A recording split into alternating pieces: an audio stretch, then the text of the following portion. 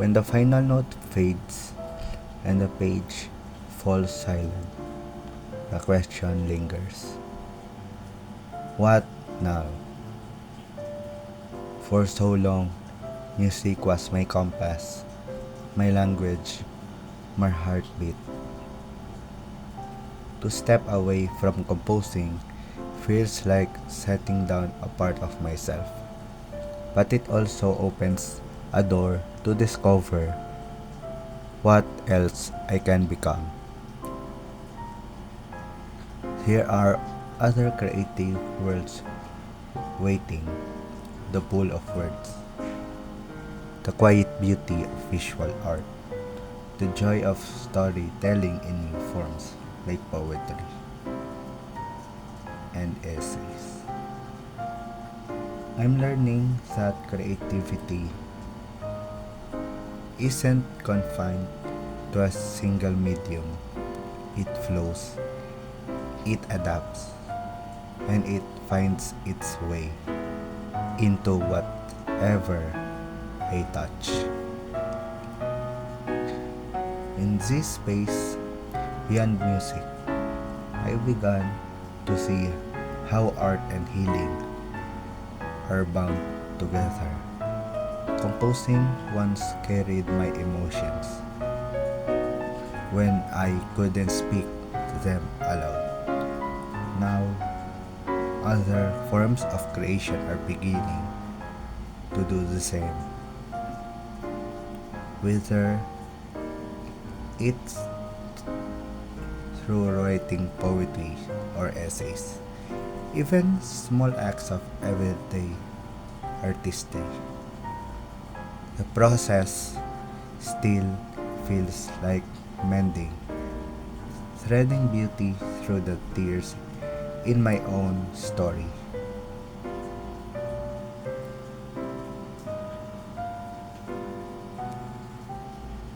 And maybe that's the real lesson. My identity was never meant to be live.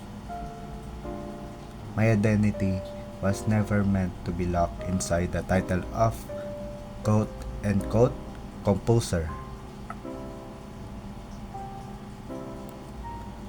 The music shaped me, yes, but it doesn't define my whole existence.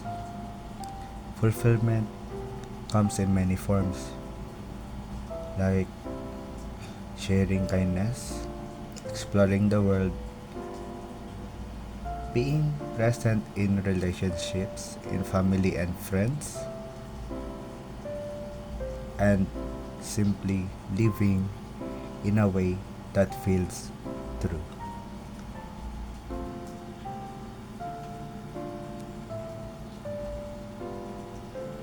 Closing the score doesn't mean the music is over. It means the melody has moved into a new key, one I'm still learning to play.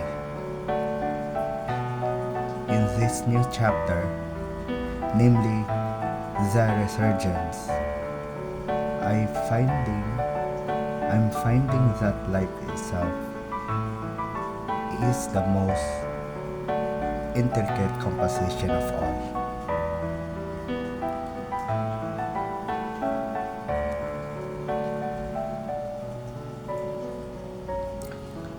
Here comes a time when every melody finds its rest, when the hand was above the keys, and the room returns to silence. For a long time, he thought that silence meant the end, that when the music stopped, so would I. But this teaches something different. It teaches that silence is not absence, it is a breath. The stillness between the final notes is not a void, but a moment of becoming. It is the pause where the heart, long defined by music, begins to listen for something beyond sound. After the final chord fades, the heart can. After the final chord fades, the heart keeps listening. Somewhere, that quiet, something stirs, faintly yet unmistakably. It is not the echo of what was once played. It is resurgence, the quiet rebirth of purpose, the rising of the new dawn within the same soul. I once believed that my life was only meaningful through music, that my words lived within each phrase I compose, each performance I gave, each emotion I set to sound. Music was the mirror of my being, the world through which I felt understood, and feared that once the melody ended, there would be nothing left of me to hear. Yet, life beyond music is not emptiness. It is resonance, the, con- the continuation of everything music once awakened in me. It is the moment when the melody no longer needs to be played aloud because it has already become part of who I am. The music remains, but in a new form, quieter, deeper, no longer bound by keys or measures. Simply remembering the past eras, specifically the longing. Resurgence is not loud. It does not come with grandeur or triumph. It begins softly, almost unnoticed, in reflection, in prayer, in the simple act of breathing again. It is the courage to stop, to listen to the silence, and to trust that it too have, has something to say. When the score is finally closed, a new story begins. One written not in ink, but in spirit.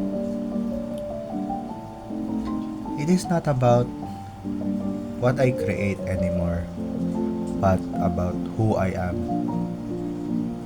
who I become after creation. Perhaps this is what music was preparing me for all along. To understand beauty not in sound, but also in stillness, to realize that even endings can breathe, that every silence carries a pulse, and in that silence I rise again. It is not an ending, but an awakening, a season of quiet resurgence, where the soul begins to live without the need to perform and finds peace in simply being. When the music ceases, it does not die. It transforms, into light, into faith, into into renewal, into light, into faith, into renewal. Somewhere between the silence and the sunrise, a new beginning has already begun.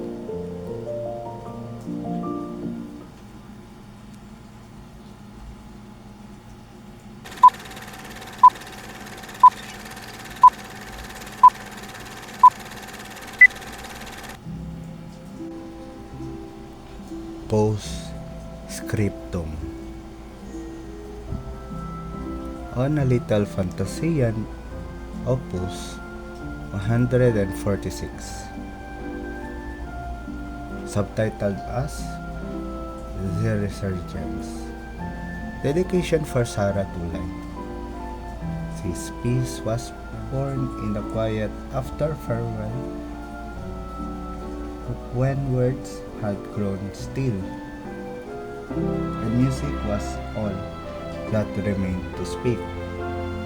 The resurgence is not a triumphal return, but a gentle awakening, a moment when the heart learns to breathe again after silence.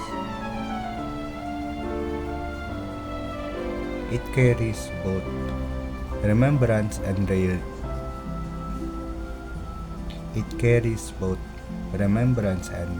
renewal, the ache of endings, and the soft light to beginning anew. In its quiet phrases, I found what I had long forgotten, that music, even when it fades, always leaves behind a pause. And in that pause, I discovered life again.